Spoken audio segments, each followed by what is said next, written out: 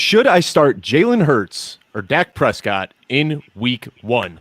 That's what we're going to open up with today, because that is a great question. You know, all season we've been talking about who to draft, but now we've got matchups to talk about. And Troy, let's start off with you. We got Jalen Hurts playing against Atlanta, and we got Dak Prescott playing against Tampa Bay. Who are you starting in week one? I am going to go with Mr. Jalen Hurts. Now, hear me out before y'all start logging off. All right, stop listening to the podcast. So, Jalen Hurts, Atlanta's defense is Swiss cheese. That's first off, right? And obviously, we know Jalen Hurts' rushing ability. And again, he just has easy competition. Dak, not only is he coming off of his injury from last year, but he's obviously banged up during the preseason. And he's going against one of the toughest defenses in the NFL. So based off of those reasons, and again, I think Dak might be fine his first game, or he might start off slow. He didn't get a lot of practice during the offseason. So for me, let me just go with Jalen Hurts. I'm getting the rushing floor. I'm getting the easy defense. I believe in terms of rankings, like in just general, there are only a few spots different for me. But I think this week, give me Jalen Hurts. You make a lot of good points there, Victoria. Who are you going with, Jalen Hurts or Dak Prescott? Oh, this question hurts my soul. Obviously, that's a pun. But before I get roasted here, I have both Dak and Hurts in one of my redraft leagues. Roast me all you want. It's one quarterback, but the settings they force you to pick two quarterbacks. So whatever. Hurts fell to the 14th round. I have been tilting over this decision in that one league all week. So I'm kind of shocked, Troy, that you went with Hurts here, because that's my dude. I've been banging the drum for Jalen Hurts, top 5 quarterback since March, all throughout the offseason. So for me, I have a little bit of bias. I'm thinking here, I'm worried about Dak. All of Troy's points were absolutely correct. And Tampa Bay actually allowed the 4th least fantasy points to quarterbacks last year. I think it was an average of about 14 or 15 points per game. That's pretty bad. Meanwhile, Jalen Hurts has this huge ceiling. We saw it last year in a couple of his games.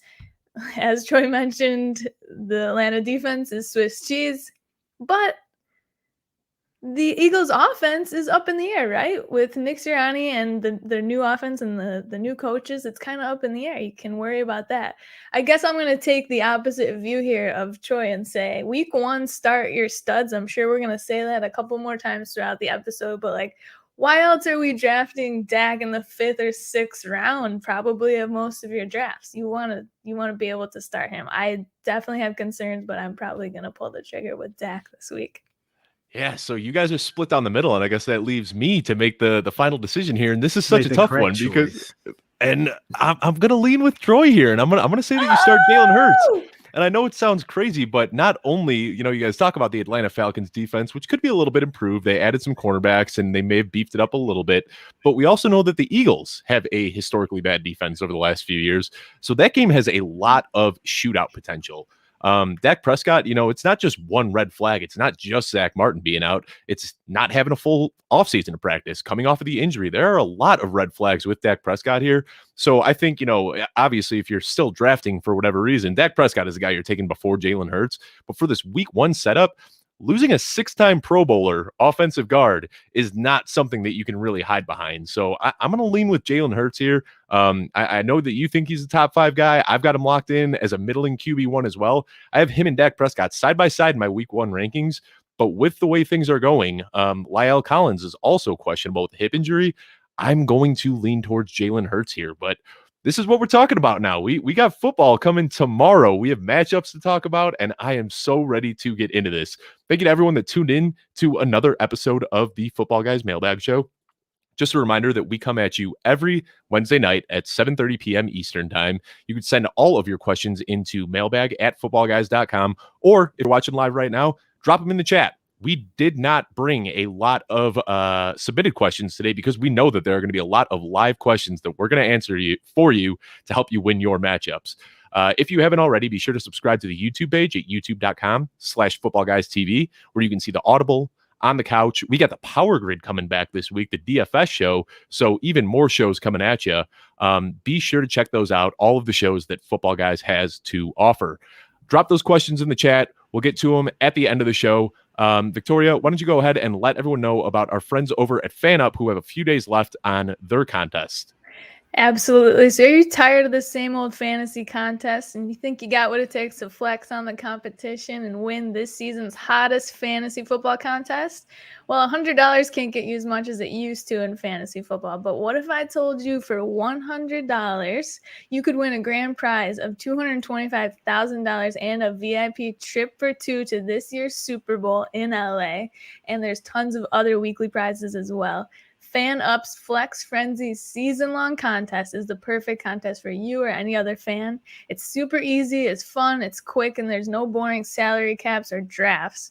You simply pick your starting 7 players every week of the NFL's regular season through week 17, and this contest pays out 200 different entries. They have weekly prizes, including autographed jerseys of your favorite players, and so much more from the Fanatics, Peloton, Nike, and Adidas.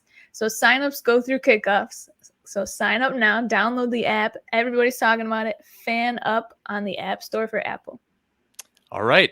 And I will also point out that there's a little bit of overlay in that contest. So if you get in right now, there's a chance that, it could almost be guaranteed money if it doesn't fill up. So overlay alert, get into that Fan Up contest.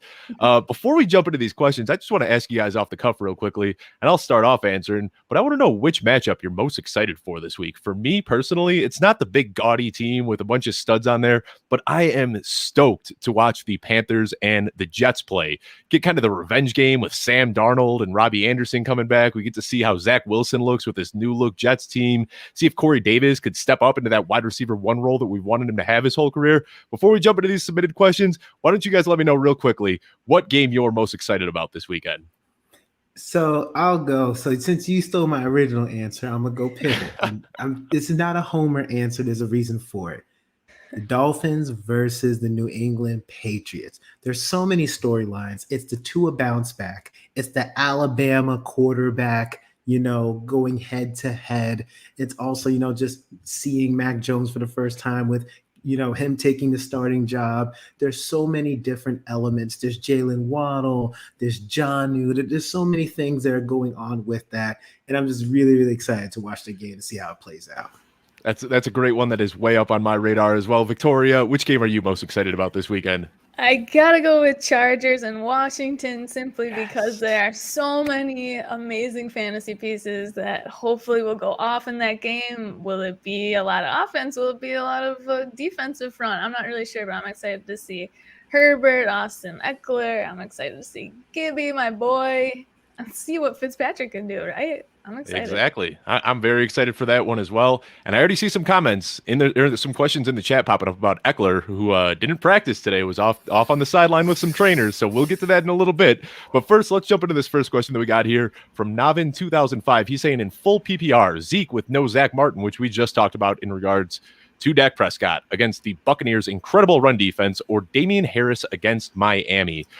In full PPR, Victoria, start us off. Who are you starting, Ezekiel Elliott or Damien Harris? Yes, sure. We're all worried about Zeke, right? But are you going to sit a guy you picked probably 5th, 6th, 7th overall? Yeah, in your first round. So I'm personally not going to play Damien Harris, no offense, because Miami's defense is not as good as the Bucs, but they're still pretty good. And I think we've said this before on the show. I'm a little worried to see how the New England backfield shakes out, because every year after year, there's no one stud running back that you're looking to week in and week out from New England. And same thing with their receiving core. We'll see what happens this year with all the shakeups with the new tight ends, but I'm still going with Zeke here, even with no Zach Martin. I'm going to hope he gets his butt in the end zone and gets you some points. How about you, Troy? Zeke or Damien Harris? I'm not going to make this difficult. It's definitely Zeke. I will say, though, just for some insider information, the Dolphins do struggle against the run. So for your future fantasy matchups, that's something you can think about. So Damien Harris should do well. Our linebackers aren't that great. However, I am not going to be sitting my first round pick in the first week of week 1. And also, again, Zeke will be just fine. Even without Zach Martin, he's going to get the volume. He should still get targets. Easy Zeke. Yeah, we got a stamp of approval on this one. I wanted to have a juxtaposition compared to the first question, because the first question sounds really spicy because you're looking at a guy who, there was a pretty big gap in rounds that these guys were being drafted, Dak Prescott and Jalen Hurts.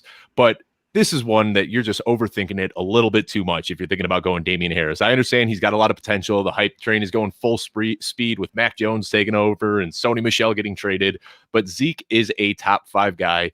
I don't think there's ever any situation that you're sitting Zeke unless he is like hobbled for an entire week through practice and he's a game time decision against a stout defense. You're putting Zeke in your lineup every single week. So yes, we got 3 for 3 on this. We are going Zeke over Damien Harris. Now, guys, you know, I struggle myself. I've got my own questions that I need to ask sometimes. So I'm throwing one to you guys because I am tilting here. I got 2 people that I got to start in my 2 flex spots in half PPR. I'm not going to have any input on this. You guys help me out. Damien Harris versus Miami, who we just talked about. DeAndre Swift versus San Francisco, who is nursing a groin injury. Deebo Samuel at Detroit, who is now fighting for targets with Ayuk and Kittle. Or Laviska Shenault at Houston. Who wants to help me out with this? Who are the 2 that we start here? Victoria, you could go first on it. Sure. So let's hit on DeAndre Swift first, right? We've talked about him a couple times already the last couple of weeks. We're worried about the injury. We're worried about his workload week 1. They say he's going to play, which is great. San Fran defense last year, 7th best against the run in fantasy points allowed. They were pretty stout. So I worry a little bit about Swift. But the thing of it is, hopefully he's getting targets in this game, right? We expect him to be a kind of a target hog for Detroit. He's one of the only reliable pass catchers there. So I kind of am leaning Swift here a little bit, even with those worries.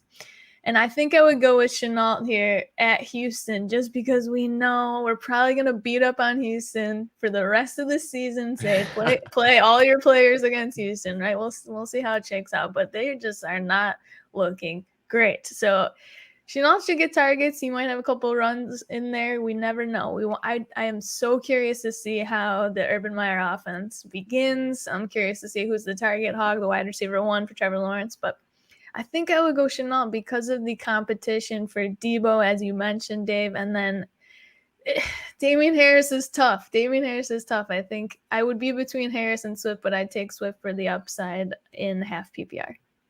How about you, Troy? Who are the 2 that you're taking here? Please confirm my priors. Okay, so I am going to be taking DeAndre Swift just for all the reasons that Victoria said. I think he's going to be healthy enough for this game. He's going to get targets, so give me him. The next one. I understand Victoria's argument for Shenault. The problem is that we don't know who's going to be, and we have DJ Shark, and I know that he's coming off, he has a finger injury, so we'll see how healthy he is. But also there's Marvin Jones. And the thing about it is that Houston's defense isn't good, but how many passes do they have to do against Houston's defense? Like, how competitive is the game going to be? Are they going to run the ball more, right? Like, that's the game flow in terms of that game is what I'm a little concerned of. Jags aren't that great either. Both of them have great defenses, but I don't know if it's going to be like a shootout. I don't know if it's going to be an exciting game. I think both offenses are going to look rusty and struggle. So now I'm concerned about that. And kind of about my point earlier, Damien Harris is going against Miami Dolphins, and it's in New England. And you know, with a rookie QB, they're going to run the ball early and often. And Damien Harris is going to be that RB1 on the goal line. He's going to be most likely the running back who's going to get those first touches. And I just said Miami struggles against the run. So give me Damien Harris and give me DeAndre Swift. All right. Well, this is what it's like when you ask a question and you don't get a clear-cut answer. So now back to the drawing board. I will take everything you guys said and think about it before Sunday. Probably flip-flop that lineup 100 times. All right. On to the next question. We got this one coming in from Chad Christian, and he's saying, what are your favorite dynasty high upside young players that typically go for cheap in salary capped drafts? Troy, why don't you start us off here? Who is a high upside young guy that you like to get for cheap in your drafts? I'll say someone like Gabriel Davis. I think Gabriel Davis is a young upside guy that you can get because right now, you know, he's right. You know, you have Cole Beasley and you have Emmanuel Sanders there right now, but at the same time, they're older guys. They can move on from Cole Beasley next year. Emmanuel Sanders clearly isn't going to be a long-term solution. So if Gabriel Davis plays well, it's possible he could be the wide receiver 2 on the Bills with obviously that high-powered offense with Josh Allen, you know, right behind Diggs. So to me, that's the first guy that I think of, as well as, I mean, I don't know Darnell Mooney's price, but Darnell Mooney's also somebody I would think about in terms of a young upside guy that, you know, with again, if he plays well with Justin Fields, he's going to be the wide receiver 2 on the team. So those are 2 guys I think about. I like it. Victoria, who's a high upside guy that you're looking to get for cheap in your dynasty drafts? Troy took one of my answers, and Gabe Davis, of course. I was thinking also along the lines of someone like Michael Pittman, right? So the Colts receiving core is a big old question mark, and so is Carson Wentz at this point. Reports are saying he will be playing week 1, which is great. But Pittman has a chance to come out as that number 1 target for Wentz there, because T.Y.'s nursing a neck injury. He just recently had surgery, and also Paris Campbell, he's coming back from an injury, so it could be one of the two. But Pittman showed some spark last season when he was healthy. He had a couple games with over 90 yards from scrimmage. He had, I think, 4 or 5 catches for 25 yards or more. So he's that deep threat similar to Gabriel Davis. But we want to pay attention this week and see if he can build that rapport with Wentz. I'm very interested in how Pittman does this season. Yeah, I'm all in on Pittman. I love him. I think he's got the prototypical size and everything to be that wide receiver 1. 2 guys that I'll pull out here. One guy's been getting a lot of hype lately is Juwan Johnson. He's technically listed as a tight end, but he's kind of got a wide receiver skill set. And we know that they're just, right now in New Orleans, we don't know what's going on with Michael Thomas. He is, talked about some frustrations with the team. Right now, Marquez Callaway, no disrespect to him, but he's the wide receiver 1 on that team. And I don't know if he's going to command the same amount of targets that Michael Thomas did. So right now, that number 2 spot is wide open for grabs. And I think Juwan Johnson can kind of slip in there as a tight end. Everybody's getting really excited about Adam Troutman, but I think that the guy running routes is going to be Juwan Johnson. So that's a really, really deep pull that I'm going with. But another one that I like is Allen Lazard. It seems like this guy has been in the league for so long, but he's still just 25 years old. And after this season, it looks like the Packers are going to be trading Aaron Rodgers, and it looks like Devontae Adams might want out as well. That would leave Allen Lazard as the wide receiver 1 in Green Bay at just 25 years old with same thing as Pittman. He's got the size to be that prototypical wide receiver 1. So Allen Lazard is a guy that I have not completely given up on yet and really, really like him in dynasty leagues. Let's move on to the next question, and this is from Roger Glasgow, and he's saying, from a Christian McCaffrey manager, would you stack Robbie Anderson or start Laviska Shenault or Michael Pittman instead? It's kind of a theme. We're talking about a lot of the same players on this show, but Robbie Anderson, Laviska Shenault, or Michael Pittman from somebody who's starting Christian McCaffrey. I'll go first on this one. This is kind of so. The thing about Michael Pittman, right? I'm not really looking for the Shenault. I would say that, so for Michael Pittman, right? There was actually news today that Paris Campbell is a little bit banged up again. I think it's something to do with his lingering Achilles. Lingering Achilles. So he's they said it's nothing new. It's just still residual injury from last year. Right. So we gotta keep an eye on that. Pittman's stock going up on a Wednesday. So really, and just like Victoria mentioned earlier, T.Y.'s on IR. So you really, who they got? They got Michael Pittman and Zach Pascal. So with Robbie Anderson, look, normally I would just easily go wide Robbie Anderson, but he still has to deal with the CMC. There's DJ Moore and there's Terrence Marshall. So there's competition for targets. So it's much tougher. I would say if Paris Campbell is out, I would like to go Pittman. Otherwise, I'm going to go Robbie Anderson. Good answer. What about you, Victoria? Yeah, I'd say the same. And I wanted to touch on starting. This is a question of starting 2 players from the same team. We talked about this last week. I think you guys leaned more toward you're okay with it, even if they're not the stack of quarterback, wide receiver, or whatnot. I personally want to try to avoid this, right?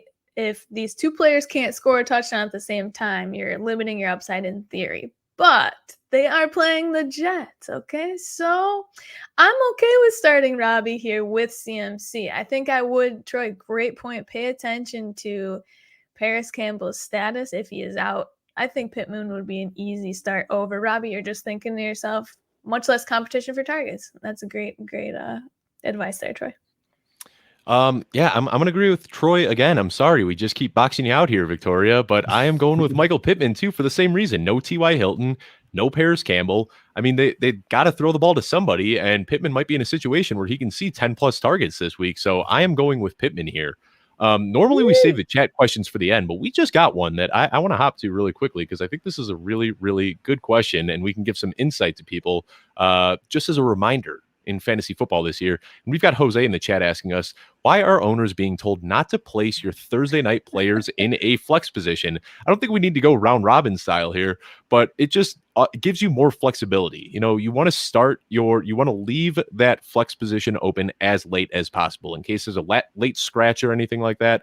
You know, if you take a Thursday night player and put him in your flex position and then one of your wide receivers gets hurt, something happens and he tweaks an ankle over the weekend, you have to play a wide receiver in that spot. So what you do is you play your Thursday players in their designated areas of running back, wide receiver, tight end, whatever it may be. And then that way, if an injury happens, you've got your flex spot open for Saturday afternoon or Sunday afternoon, Sunday night, Monday, whatever it is. So you can use any position there rather than just that designated position. Great position or great question. We've seen a lot about that this week. Yeah, go ahead. Yeah, I will mention one thing as well as because of that, right? If you have a late scratch, there are some formats, like for example, like ESPN, your waivers are locked or you're not able to like drop and move players and things like that. So that's also a thing. But Yahoo, you can like drop somebody that's already played and pick somebody up if you want to do that. So that's something else to think about. Depending on the platform you play with, your waivers might be locked. You can't drop somebody. So if you have that injury, it'll be harder to replace if you already have somebody in that flex spot from Thursday night. Yeah. And then shout out Sleeper. If you've got Sleeper, that's actually you can choose whether you are able to drop players that have already played on your bench or not. So make sure to check that box before your season starts to see how your league operates under that pretense.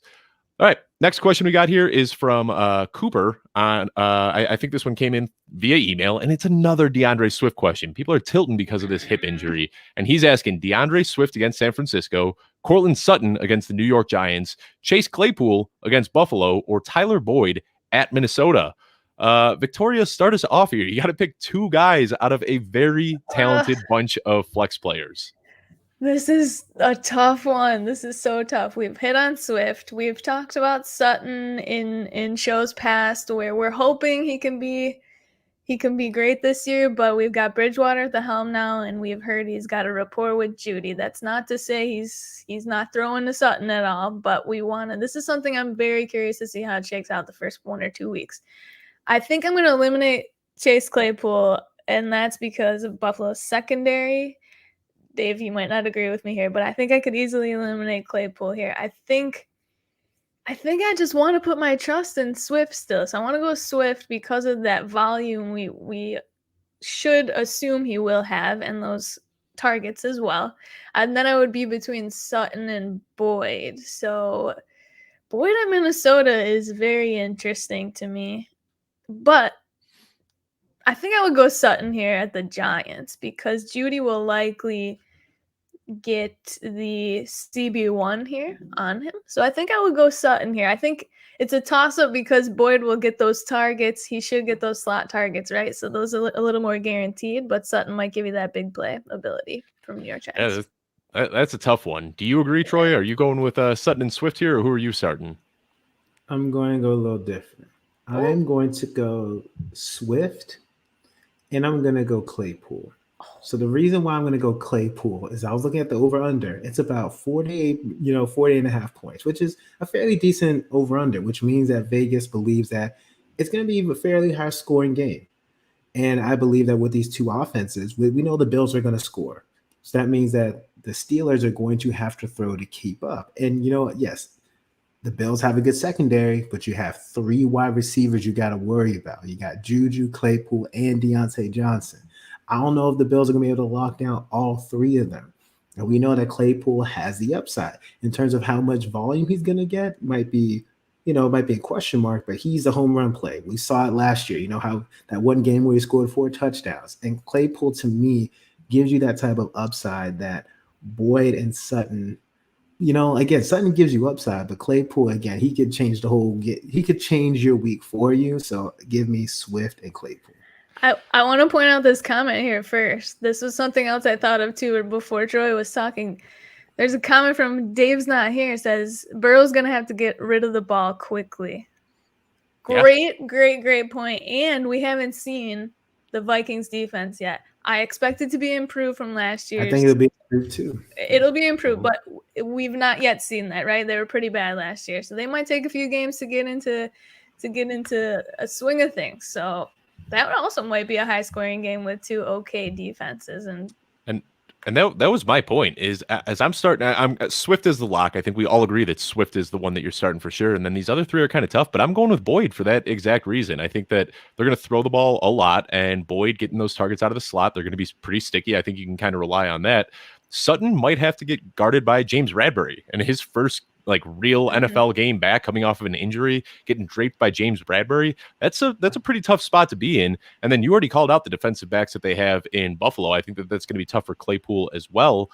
So I think Boyd right here probably has the highest floor and also probably has the lowest ceiling. But I think that he's the safest out of these guys. We can look at some pretty down performances from Sutton and Claypool in these matchups. So I'd go Boyd here for the floor and Swift as well. So I think basically what we're getting at is Sutton and Claypool are going to have the highest ceiling. So if you want the upside, start those guys. But if you're looking for a guy that's going to get you pretty much an 8-point floor, Tyler Boyd's the guy, because I think that he's going to see a healthy share of targets.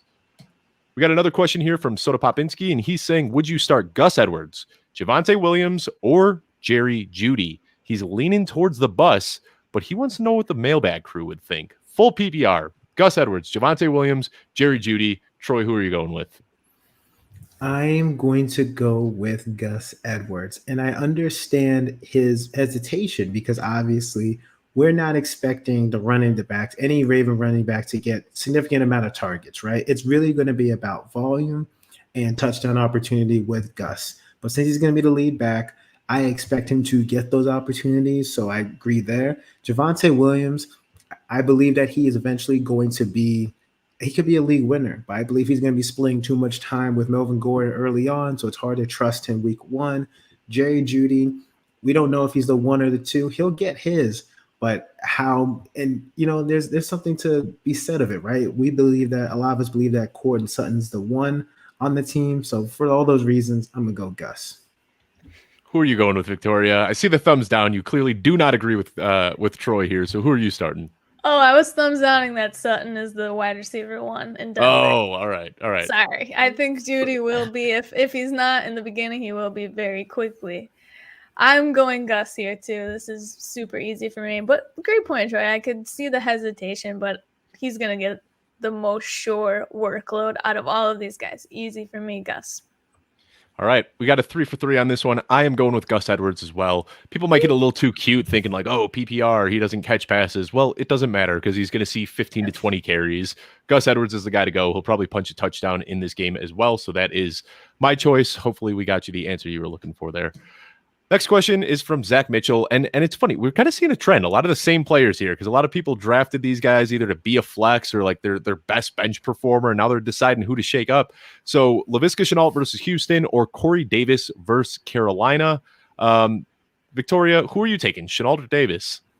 Corey, let's go. I am so excited to see how Corey Davis does this season. I've been on him for quite some time for this upside of the preseason. If you guys watched at all with Zach Wilson at the helm, looked good. He just target after target after target. That is his guy. That's his wide receiver one. I expect big things from Corey this year. So I'm going Corey here. I am also going to go Corey Davis. This was one of the tougher questions. And I think that Corey Davis, and unlike the Jacksonville Jaguar situation, I believe we know that Corey Davis is the one. Elijah Moore did look good preseason.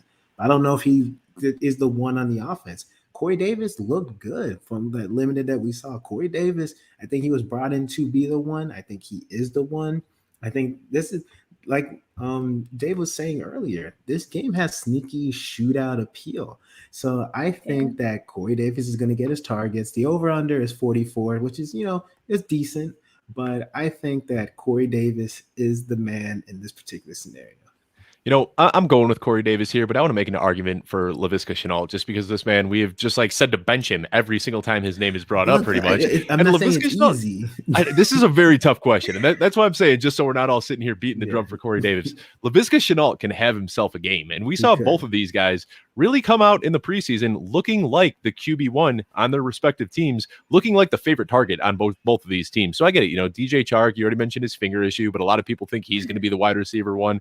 I think that Shenault is going to feast without Travis Etienne there. Shenault was a guy that I was really excited about early in the offseason. And then when Etienne got drafted, he was going to cut into that workload as a pass catcher, kind of that H-back role that you see in that Urban Meyer offense. But I think that with Etienne out, Shenault could absolutely crush it. Like he can be a guy that can see 12 to 15 touches every single week, getting some sweeps, getting some carries out of the backfield, getting those short bubble screens. I could really, really see Shenault having himself a game. So Corey Davis, I think for the floor and for the upside is a great play, but don't sleep on Laviska Shenault either.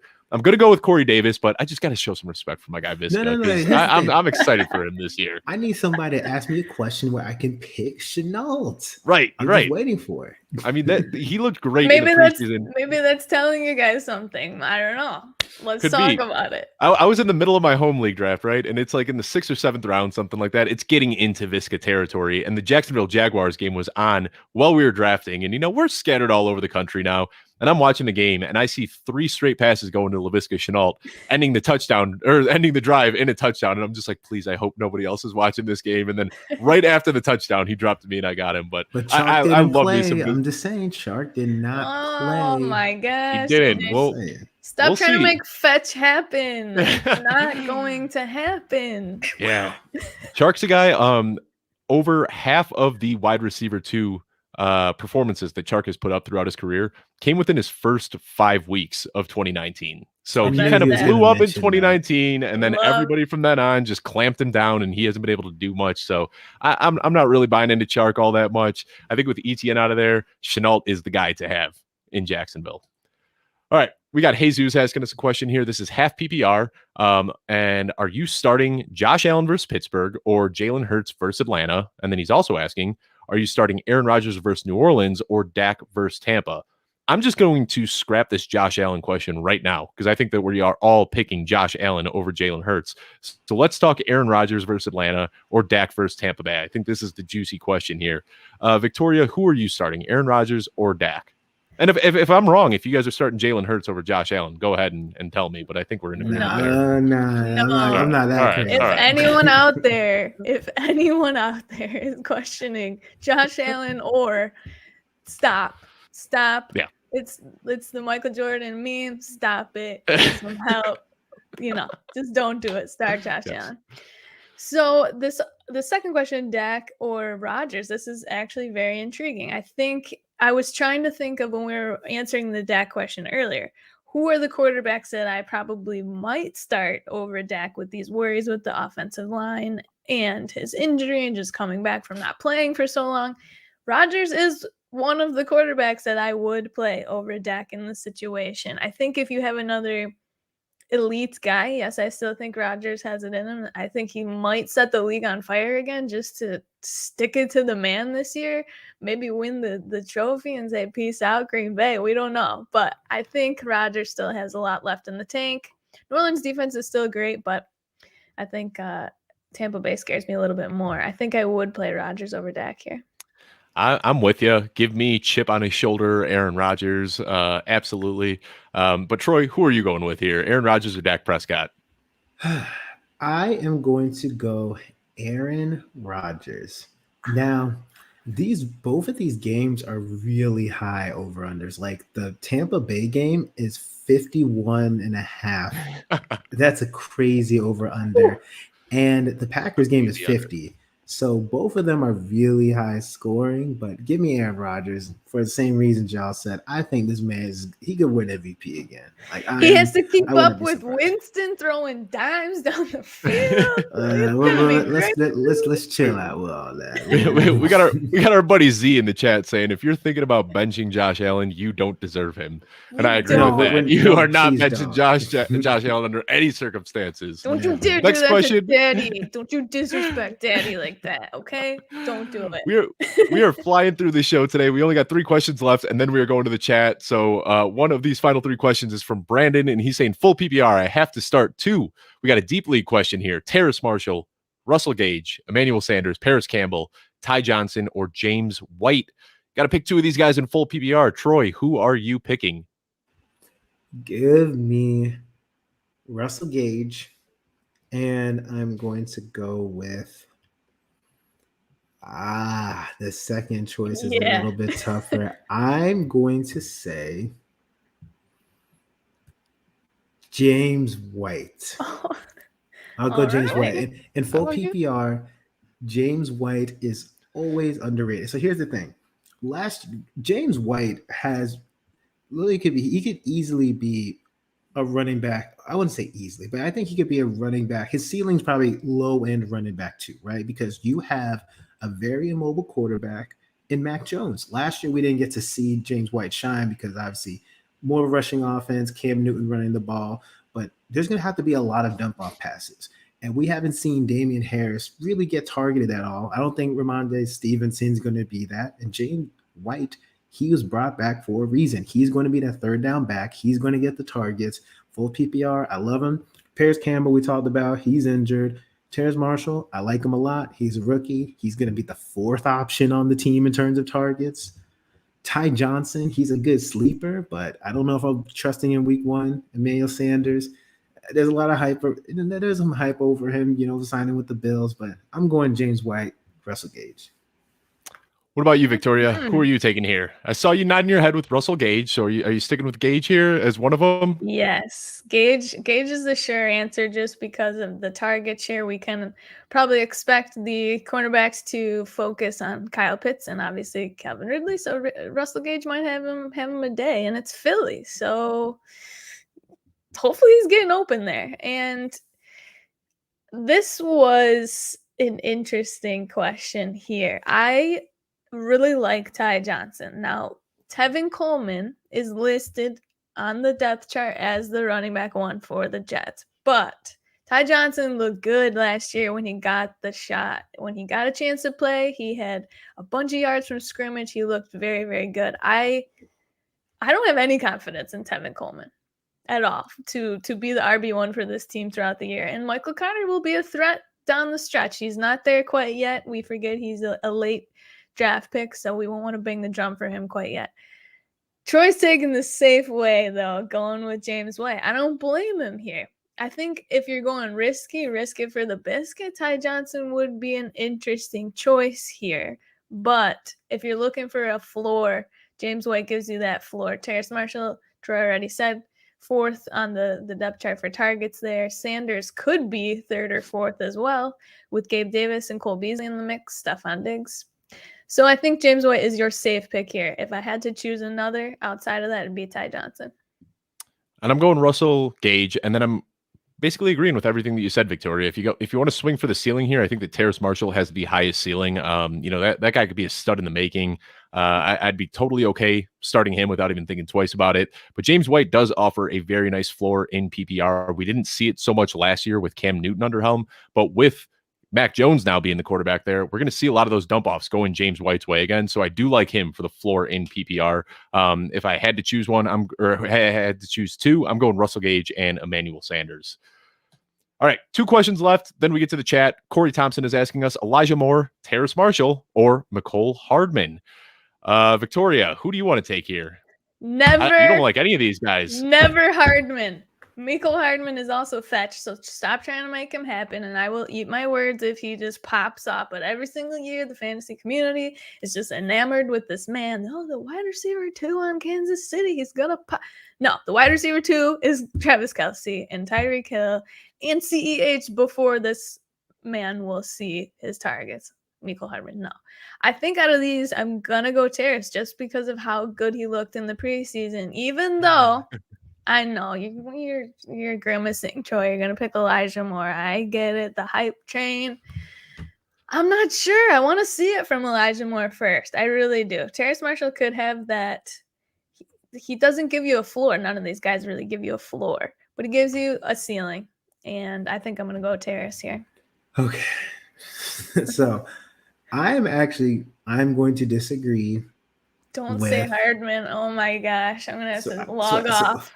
So I only it's only one, right? Okay. If I had to pick just one, I'm going to pick Elijah Moore. I'm gonna pick Elijah Moore because it's also the concentration of targets. Obviously, he had a good preseason, but not just that. It's because who is the wide receiver 2 on the Jets? Most likely Probably Elijah Moore. Exactly. Crowder. Guys, don't forget about Crowder. I'm not forgetting Crowder. He could be it, but I believe that there's a better chance of Elijah Moore being the wide receiver 2 versus Terry Marshall being the wide receiver 2 or Mecole Hardman being the wide receiver 2, right? So for me, I'm like, it's all about opportunity for targets. To me, Elijah Moore has that opportunity. So give me Elijah Moore in this particular case. Yeah, I got nothing to add to what Troy said. I mean, we're just gonna have to rename the title of this YouTube show to "Pick on Victoria Day" because it's just Troy and I agreeing once again. But I'm going with Elijah Moore because he's like you said, he's likely to be the wide receiver too. I don't believe Jamison Crowder is going to be playing this week, so the door is wide open for Elijah Moore to see a pretty healthy share of targets in what could potentially be a shootout. So I'm going Elijah Moore here. But I think that Terrace Marshall absolutely does have the upside if that's what you want to go with. And yeah, I mean, Mecole Hardman, I'm not thinking about starting him until he can show that he can get it done. This man has been unable to command targets his entire career. I get it. He's got speed, but I'm not sold on Mecole Hardman until he can prove it. Final question before we get to the chat. We've got the Velociraptor asking us, pick 2 flex half PPR, Corey Davis, Jamar Chase, Michael Gallup, or Trey Sermon. And he also noted that he is starting Raheem Mostert. So that might play into your evaluation a little bit here. But Corey Davis, Jamar Chase, Michael Gallup, Trey Sermon. Troy, who are you going with? Well, because he's playing Raheem Mostert, I can't go Sermon. They're playing the Detroit Lions. They're going to feast. Raheem Mostert's a starter, so that takes away the Sermon pick. I'm not going to play 2 guys from the same offense. That talk about lack of upside. Nah, I'm not doing that. So give me Jamar Chase and Corey Davis. Jamar Chase, Corey Davis. Victoria, I believe you agree here?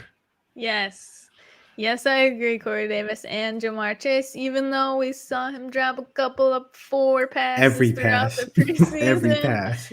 Let's hope he shook off the rust. Let's hope he gets some targets like we've already mentioned earlier in the show. Burrow's going to have to get that ball out. Vikings-Bengals could be a higher scoring affair too. And Gallup's going against that Tampa Bay secondary, so I'm out. Yeah, Gallup worries me a little bit. And I know he was able to have some big games last year, but his floor is essentially 0 with how many pass catchers they have on that team. So I'm going with Corey Davis and Jamar Chase as well. Now for the fun part where I get to dig through all of the comments and try to find some good questions in here. While I'm doing that, why don't you let everybody know a little bit about our daily email update? You can still sign up for that before the season kicks off. Absolutely. Y'all need to sign up for the Footballguys daily email update if you aren't already signed up. Every day, Joe Bryant brings you all of the latest and greatest from Footballguys, the news, the transactions, the rumors, all of the articles and shows from the Footballguys staff. I personally look forward to reading it every morning or late at night if I happen to be going to bed late. That is how I either go to sleep or start my day. Y'all need to sign up for the Footballguys daily email update. Couldn't agree more, and we are bringing so much content right now. It's just nonstop, every single day content coming at you, so definitely sign up for that. First question that we see here is from Eagle Dan, and he's saying, how much standalone value does Kareem Hunt have in PPR redraft? We had a great conversation about this last week where we dove deep into Kareem Hunt. I think we all kind of came to an agreement that kind of drafting him at his ceiling, that we expect him to regress a little bit from last week. So I don't want to dive too deep into this, but definitely check out last week's episode. We got timestamps in there, so you'll be able to find it quickly. And we did have a really good Kareem Hunt discussion. Now, this one's a little bit heavier, so let me read it, and then I'll pull it down so we can see Victoria here. We've got Berkey asking us, hey, I was offered Hopkins and Edmonds for Thielen and Allen Robinson. I already have Justin Jefferson, Shenault, Boyd, and Galladay on the bench, so I need a bench running back. Would Edmonds be that guy? So the trade essentially, DeAndre Hopkins and Chase Edmonds for Adam Thielen and Allen Robinson. Would you do that or not? Troy, start us off here. Oh, gosh. I think this is Dynasty, right? Yeah, it's Dynasty. Sounds like it. Yeah. I'd assume so. I think I'll keep I like the Hopkins side better. I think give me I like the Hopkins side better in that particular case. So if he's trading to get that, then I want Hopkins side. Yeah. Victoria, what about you? Are you going Hopkins and Edmonds or Thielen and Allen Robinson? If he already has Jefferson, I think I could see you taking the Hopkins side as well. Edmonds, we don't know, how much upside he's going to have this year, but Hopkins, Nuke he has a couple more years left in him here. He's still gonna ball out. He's that number one receiver on that team. So if you already have Jefferson, I'm fine shipping off Thielen and A-Rob.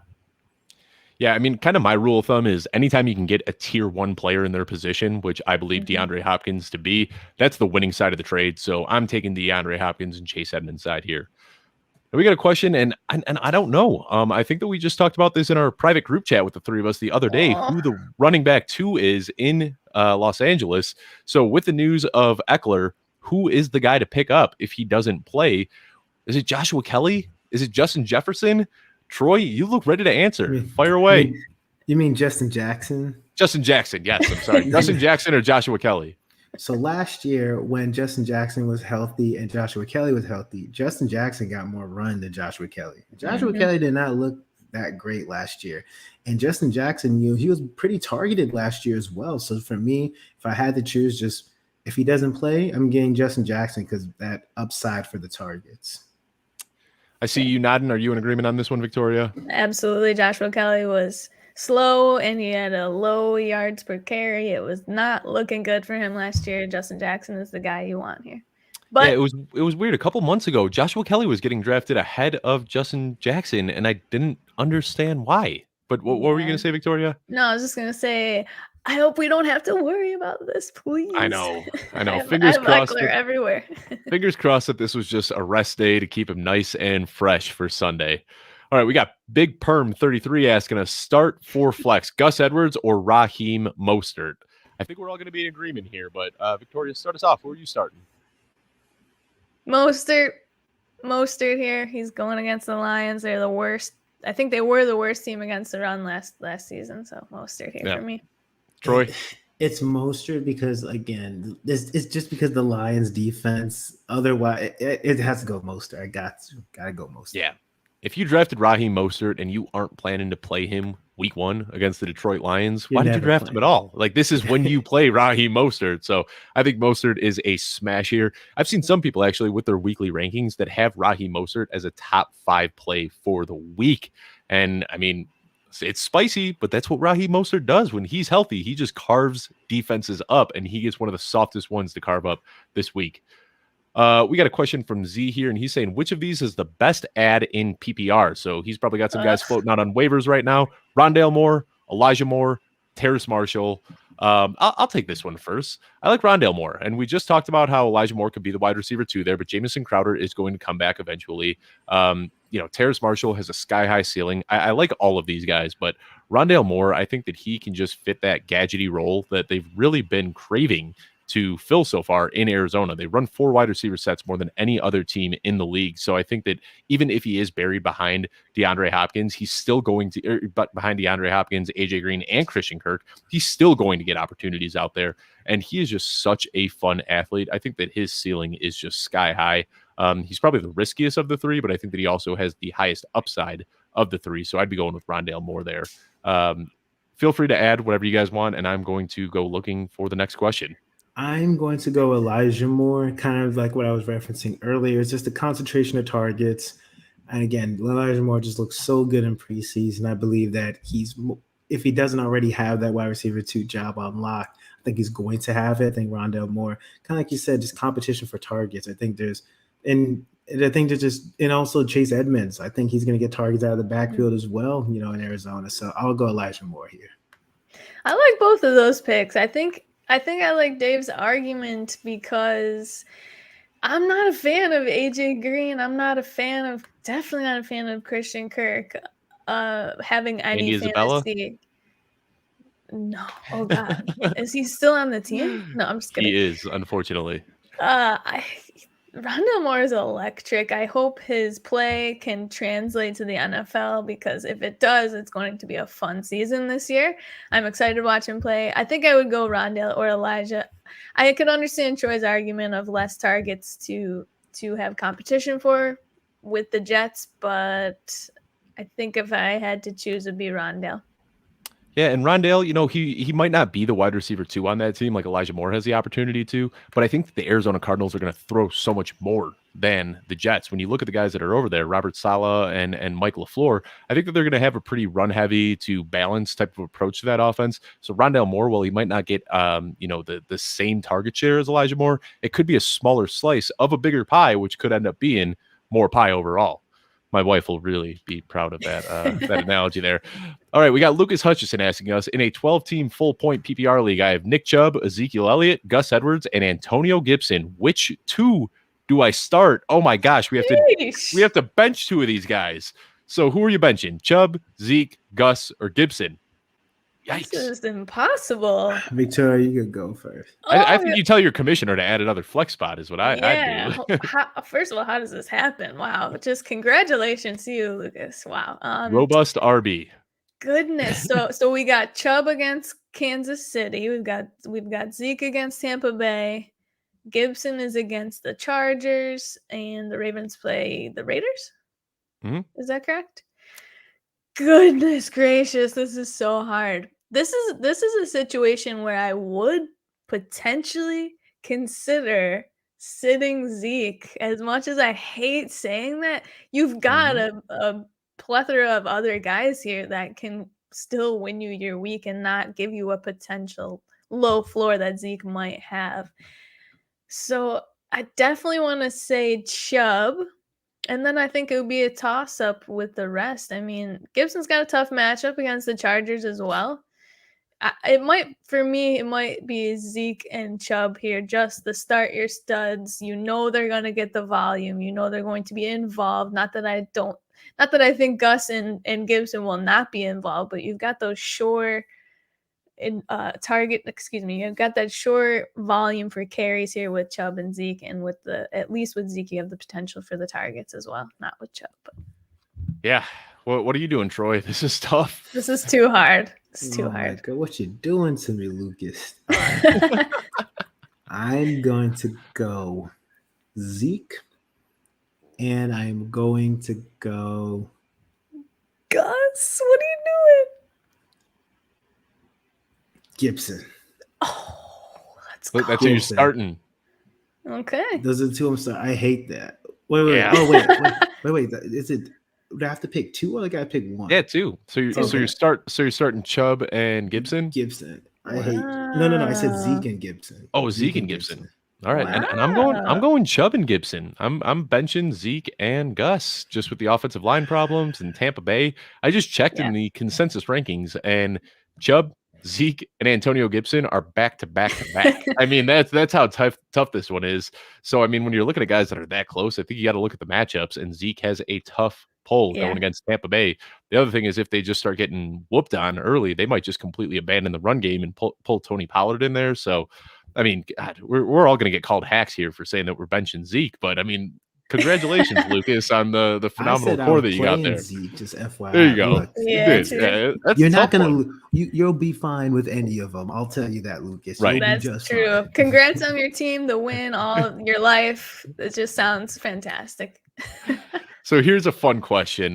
Trade Devontae Adams and Michael Thomas for Alvin Kamara and Justin Jefferson. Assuming this is redraft, I'm smashing Kamara and Justin Jefferson. We don't know what's going on with Michael Thomas. So this one's a no-brainer for me. Alvin Kamara and Justin Jefferson. Are we all in agreement on this one? Yes, absolutely. I think either format, dynasty or redraft. I think I'm doing that trade to get Kamara and Justin Jefferson. Run to your cell phone right now and smash accept. Smash accept. Love it. All right, we got another guy tilting about Dak Prescott here. Donovan Fields is asking us, would you start Dak Prescott or Ryan Tannehill in week 1? So now we're going to step below Jalen Hurts, below Aaron Rodgers, and we're talking about Ryan Tannehill. So are we starting Ryan Tannehill over Dak Prescott? Troy, what do you think? Give me Dak, but it's not. Give me Dak in this scenario, but it's not. It's The reason why I'm saying that, because I believe that the problem with Tannehill is like once they get close to the goal line is Derrick Henry time. And I believe that limits Ryan Tannehill's upside to a degree. So give me that. There was some crazy stat that Tannehill scored 20 or so QB points. 6. He's QB 6 since taking over as the starter in fantasy. I just read that one yesterday. That blew my mind. That's just wild. I think he's just so underrated, and we still year after year look at him like, he was fine last year, but you don't have that confidence to throw him out there, especially over someone like Dak Prescott. So I think Tannehill was not on my list of guys I'd play over Dak this week, no matter the tough matchup. So I'm still staying with Dak. And this is such a good question, and it's a really tough one. And I have Ryan Tannehill one spot below Dak Prescott, so I'm leaning towards Dak here, but I don't think you can go wrong with either of them. I think they're both really good plays, but I think that's kind of where you draw the line is at Ryan Tannehill. I would be starting Dak Prescott over Ryan Tannehill. We got a dynasty trade question here. Hunky Dunk is asking us. I was offered Justin Jefferson and Justin Jackson for Joe Mixon and Allen Robinson in a dynasty league. So Justin Jefferson's age is a big differentiator here in comparison to Allen Robinson. So who are you going with, Victoria? Justin Jefferson and Justin Jackson or Joe Mixon and Allen Robinson? Oh, gosh. This is very tough. Dave, do you happen to know the age of Allen Robinson off the top of your head? 28 years old. 28. He's still got some left in the tank. I think you're giving up a stud. I can't believe I'm saying this. A stud running back in Mixon. Mixon's just 24. No.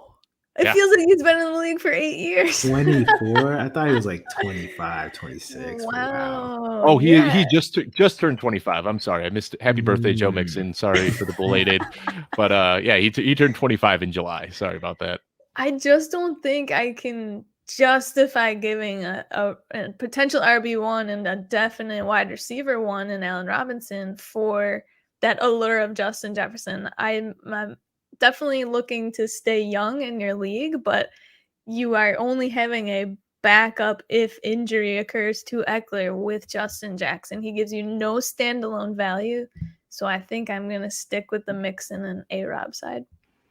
That's what I'm doing as well. I think Justin Jackson is just kind of a throw-in piece when you're looking at all the rest of these guys, which are pretty much studs. So that's where I'm leaning. Troy? Nothing additional. I agree with y'all. All right. Let's go rapid fire because I do want to get through all of these questions. So, I don't want anyone to feel left out. So Tyler Lockett or David Montgomery in flex PPR. I'm going with Tyler Lockett here. Just his big play upside, ability to get targets. I like Tyler Lockett. Who are you guys going with? Lockett, especially because Monty, I think he's going against the Rams. Yes. I think. Yeah, so give me Lockett. That's exactly what I was going to say. Give me Lockett as well. All right. We got a tight end starting question here. Robert Tonyan or Rob Gronkowski? I'm going with Tonyan here just for the touchdown upside. There's been talks that O.J. Howard is going to step up into a bigger role this year, so give me Robert Tonyan. Same. Yep, same. All right. And I think that might be the end. Oh, here's one. Josh Allen or Patrick Mahomes. I think somebody just wants us to say that we're benching Josh Allen here. But there's no way you have both of these players, Wes. Come on. Yeah, Patrick come on, Mahomes. Wes. Yeah, we're Patrick going Mahomes here. All right. Drop Latavius Murray or Justin Jackson. I am dropping Latavius Murray here. Yes, absolutely. All right. And then I think we are down to, all right, Odell Beckham or Courtland Sutton in full PPR. I'm going with Sutton here. How about you guys? I am too. I have really no faith left in OBJ for the foreseeable future, to be honest. I disagree. I'm going OBJ. They're going against the Kansas City Chiefs. I believe they're going to have to throw the ball to keep up. Give me OBJ. They're going to throw it to Chubb. Just kidding. No, they're not. I think we're all on the same page on this one. Gaskin or Darrell Henderson. I think we're all going Gaskin, right? Gaskin. Yeah. All right. And then last one, and then I'll sign off here. I'll let you guys take this. Big Ben or Derek Carr? Big Ben, honey. Noodle arm, let's go. I'm with you. All right. Well, thank you so much for tuning in to week 1 of the Footballguys Mailbag Show. So excited. Today is the last day that you can sign up for our $35,000 subscriber contest on the website. That ends at midnight. So be sure to get that in. You got just a couple hours left. Thank you for tuning into the Football Guys Mailbag Show. I'm Dave Kluge, and I'm here with Troy King and Victoria Geary. You can find us live every Wednesday at 7:30 p.m. Eastern. Be sure to subscribe to the Football Guys YouTube page at youtube.com/footballguystv so you can see the Audible, On the Couch, the DFS Power Grid, and everything else that we're bringing at you this season. Hope you guys all have a fantastic week 1. Good luck to all of your teams, and we will see you for week 2. Good luck.